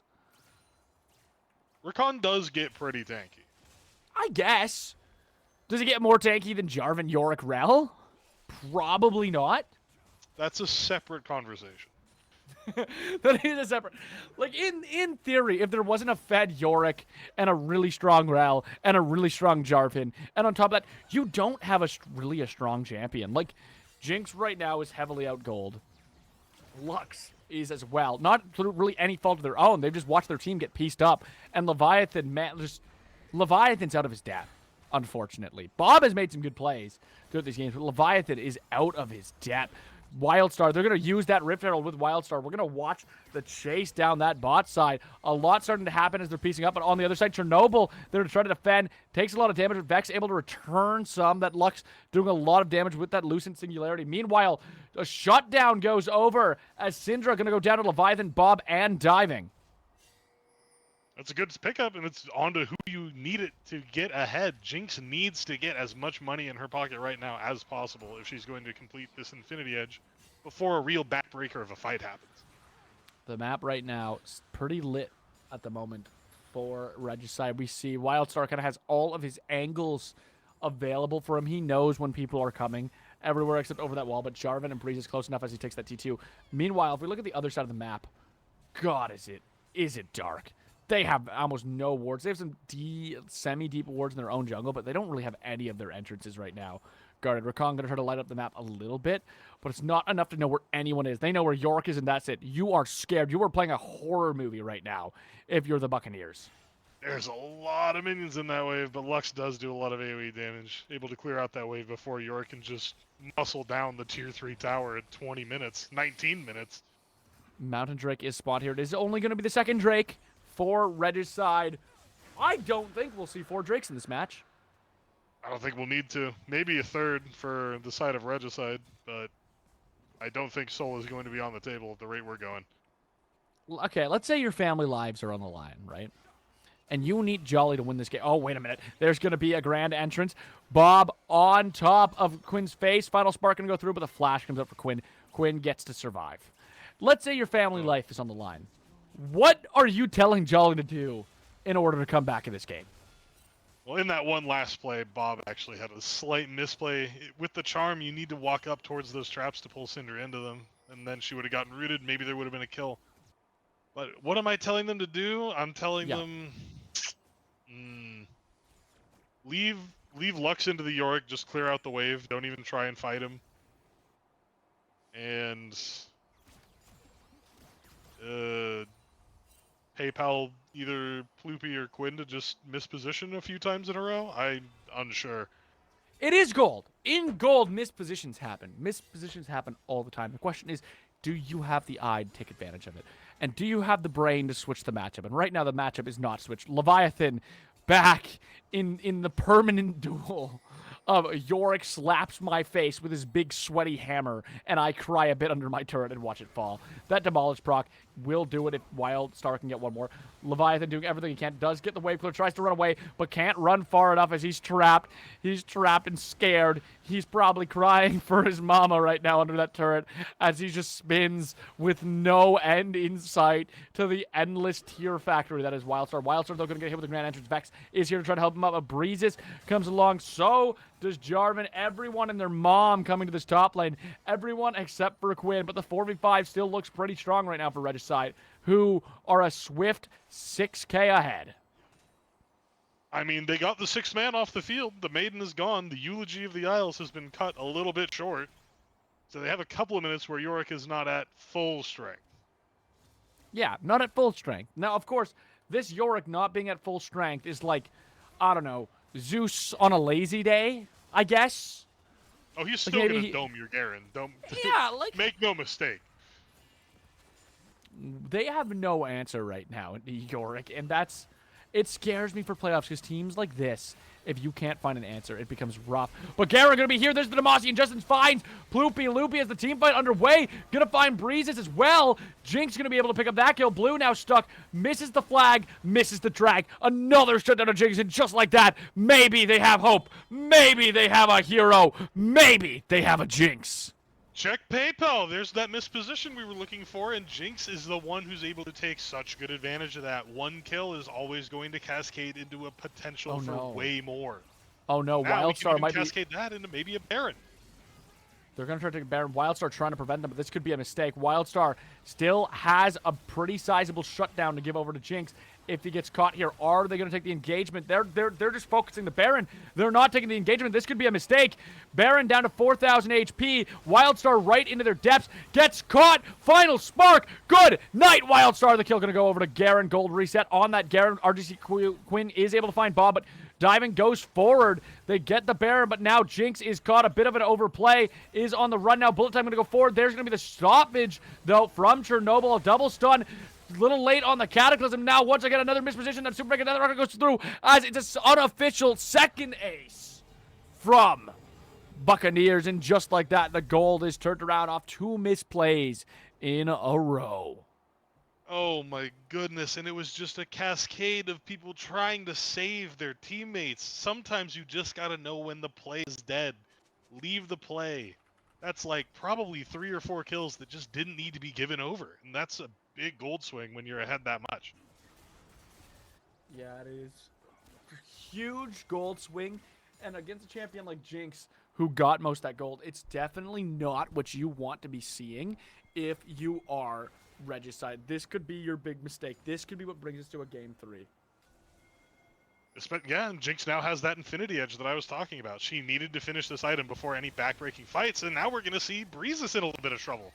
It feels like they've lost their footing here. Regicide showing cracks in the armor, having a hard time getting back into formation as everyone getting caught walking through this jungle. We're not pushing the waves. We're not finding that easy priority. We're trying to walk in and blind check bushes. Not the play to be happening. And just like that, Breezes, no flash, losing so much health on the back of a dragon spawning in 1 second. Garen, though, forced to back. It is still that 4v4 we're going to be seeing as Yorick approaches that top T3 turret. It looks like the dragon's going to get dropped here. Warmog's armor out of Garen is an interesting purchase. I'm not sure he has enough health to actually activate that passive yet. He does. He does, just barely. He's too short. I think it's 2,000, is it not? Yeah, I think does he not have a 2,000 It's bonus health? 1,998 bonus Oh health. my god. Oh my god. Oh Surely my he'll god. level up and then he'll have enough. Oh my god. Why? We definitely needed to see, I think, the Phantom Dancer out of the Garen, though. I know it's kind of scary with how much damage Yorick has been doing to you, but you need to be able to match that damage, not walk away and have 2 Warmog's passives. You already have Perseverance on your passive for all that extra regen out of combat. Maybe he's hoping to Beyblade in, run out, and just clear waves, I guess? I guess that's all he's hoping for, yeah. The Baron push still active from Buccaneers. Again, they are not necessarily in the driver's seat, but they have a driving factor right now to get back to that even gold gap. And they're pretty much there. There's going to be a Cataclysm in, but no one to follow up. Misfortune's in your jungle. Why are we engaging with our Misfortune? We have that Magnet Storm, but again, no damage to follow up. There's going to be the Grand Stallfall. Good night. The bullet time's so late. You guys have not found the same page, and now Floopy Loopy going to be the cost of it. Demacian Justice sends Misfortune to an early grave. Why are we engaging with no damage? That was so disjointed. It was a great engage, but it's not a good engage at all if your mid laner and your AD carry are nowhere to be found. It's just, what are we doing? Look at the map. Presumably you're in a voice channel. Presumably you're in a voice channel. You guys have been playing magnificently. You lost one shutdown, and all of a sudden, all hope is going down the toilet. We finally see that T3 turret taken. Is Wildstar going to give another death here? He finds his way on top of Diving. Diving nowhere to go. The Ignite's going to finish the job as Wildstar gets the kill, but at the cost of his own life, most likely. Can he get a 2-for-1? Vexed on the run. Can Vest get away? It does look like Vest is in a good... No, Vest does not get away! And now Bob forced to fend for himself while Garen and Pantheon are trying to get back. Can he find the triple kill? Can he find the triple kill? He's gonna do it! Wildstar is a god right now! Finally gonna be put to bed after so long in a 3v1, and he keeps the game alive for his team. There was a brief moment I thought he was going to go for 4, but I guess there was just enough damage coming out of that Pantheon to prevent that. Just enough. The Pantheon somehow has not died yet this game. 3-0-8, a bit of an unsung hero Chernobyl has been. That's a crazy sentence to say. That's a crazy sentence. That Hullbreaker Yorick is, once again, turning into a big menace on the map for Wildstar. I mean, he's just got so much individual threat. It doesn't even matter what the rest of his team is doing. They can throw the game as many times as they want. He's just going to keep clicking those towers. Yeah, 1,400 gold. Of course, Jinx is close, but when Jinx, again, doesn't really have much of a front line, at least not without Pantheon there. Not a lot you can do. Not a lot you can be doing in these fights against the Yorick. No, they don't have, like, enough... how should I put this? Enough, like, long, guaranteed crowd control. He's actually playing around that Rakan really well. He dodged, I think, 2 grand entrances in that big fight up there. Yeah, he's got some good side steps. It's like, low-key watching this, how is Wildstar in gold? Get this man out of here. Go to plat. Somebody check him. Somebody put him in plat. Check him Maybe even PC. That is not normally. Yeah, like if this guy's one-tricking Alawi Yorick, there's no way this guy's a gold player. I'm just gonna be so for real. No. All that aside, I mean, at least with the last game, you could say that the 4v4 still look good for Jolly Rogers, or the 5v4 even. With here, I can't even say that, really. They've won a few off of poor positioning, but beyond that... They're winning off mistakes, and that's not necessarily good enough to win.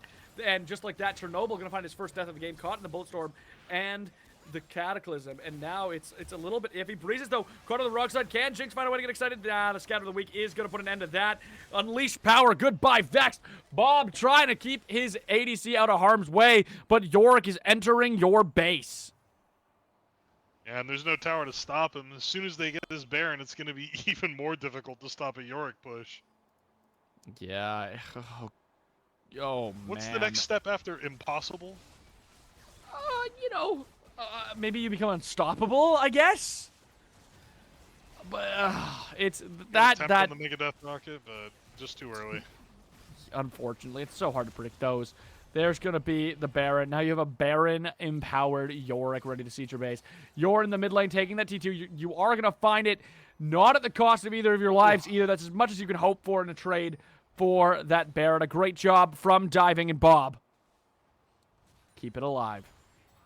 I mean, if you look at the goal difference, it's really not even that big of a difference between these two teams. And now that we have Regicide off the map, maybe Jolly Rogers can sneak this dragon real quick. They are going to find the dragon. That. A mountain That soul puts them can be on big Soul for them. Point. Can they keep the game long enough, though, to see another dragon? 5 minutes till that next dragon. We still have another 2 minutes of this Baron push. The Baron push is just beginning. Wildstar making his way to the top lane. 2 waves ready for him. Meanwhile, the rest of his team presumably going to be sitting in this mid lane, trying to siege some turrets. Misfortune taking a weird back here. Is going to find an item. Is going to find that LDR on that back. But delays what they can do with Baron. A bit of a mistimed back. I'm not sure I love that LDR either. There's not a lot of armor being built up by the side of Jolly Rogers. There's a couple of armor boots, and that's about it. Listen, the U.GG build goes hard. You could just have an Infinity Edge for more damage, personally, but do what you gotta do. There's going to be blue catching. Bob on the side. Bob trying to get the Grand Edge away, but now the tower getting siege. Meanwhile, on the top side, here is Wildstar. He's caught Leviathan. Chernobyl has back. There's going to be the T2 in the mid side, diving, trying to pick up some kills. Wildstar finds the inhib. There is stuns going out everywhere. Bob goes forward. Charms 4 of them up. Can diving make it happen? Cataclysm going to go forward. Here comes the Grand Starfall. It's going to be a double kill. Meanwhile, upside, Yorick finds a kill. He's pushing into their base. The team fight rages on mid, but Yorick is at their base with Baron-empowered minions. Blue going to be able to get away with his life. Breezes just trying to stun them, trying to keep them away. Yorick is trying to end the game. There's going to be the first turret falling. Breezes has kept them away for so long. Yorick finds the second turret. That could be it. Can they stop Wildstar? Wildstar 1 empowered auto away. He does it. They have found the 2-0 victory of a backdoor from Wildstar. Yorick reading the Nexus, its last rites there. That's just so much objective damage, so much tower damage from that Yorick. The Hullbreaker putting in crazy work. The Trinity Force, of course. Demolish. Just so many tools for Yorick to end that game, especially since they were able to secure all of those topside objectives. What a brilliant top lane performance from Wildstar. A lot of work put in by Diving Bob and Chubby, but it's not enough when Wildstar is 7-4-2 with 17,000 gold. He's winning 1v3s. He's winning every fight he needs to, and he kept his game alive. It didn't matter what happened between his team in that little kerfuffle. When you have a hungry Wildstar ready to take your turrets one by one by one by one. Yeah, Wildstar and the Maiden of the Mist were teaming up to just be an absolutely insane duo, just running all over the Rift in that second game. Is there any moments that you from these two games that you think are like memorable moments? Let's give a little bit of like a moment recap. What's your favorite moment of the matches? I think those couple of fights that Jolly Rogers was able to turn around, both the one that was kind of in that mid lane between the towers and the one in the red side jungle, those were both really good, just able to take the pressure off themselves, grab a couple objectives that maybe they shouldn't have been able to get. Those were both really good, but I mean, come on, the 1v5 triple kill from Yorick. Yeah. I was going to say, that's my moment of the series. What about, I mean, let's face it, MVP of the series is Wildstar without a doubt. But who's your dark horse? Who on Jolly Rogers would you give like the MVP of the losing team to? Who do you think kept them alive the longest? I think Vexed had a pretty good series. I think it was just kind of unfortunate how things played out around them, but overall they were laning pretty well outside of that one little disconnect solo kill in the first game. But generally, I think they played a very good series. I think that's pretty valid. I think they had an incredible task. They did play very well. They're one of the only ones to finish with a. Actually, to be fair, most of them had positive KDAs on Jolly. It was the macro that was a bit of an issue because of how far ahead Yorick got.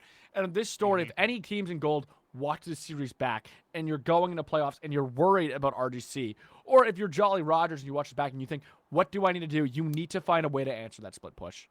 Whether it is through winning team fights or it's through finding a split pusher on yourself, you need to find a way to go forward and break that split push, or RGC is going to run everyone in this league down. But that's going to be all from us. Regicide finishing 5-0 on a series record, 10-1 on a game record. And Jolly Rogers and Tech are going to be tied up. I believe Era Ethos also around the same area. Only 3 of those teams going to make it to playoffs. Meanwhile, on the other side, Miami Vice looking pretty undefeated as well. So, if you're ready for playoffs, join us next week as we get ready for them to start. I was Romeo. Do you have any final words you'd like to say, Fen? Go ahead and shout yourself out because I couldn't get your name up on stream. Go ahead and shout yourself out. GG's, thanks for having me. Hopefully I'll be back again someday. All right. Ladies and gentlemen, thank you for watching, and we will see you all next week. And, of course, you can tune in Monday through Friday for more Blue Water action in our other leagues. Good night.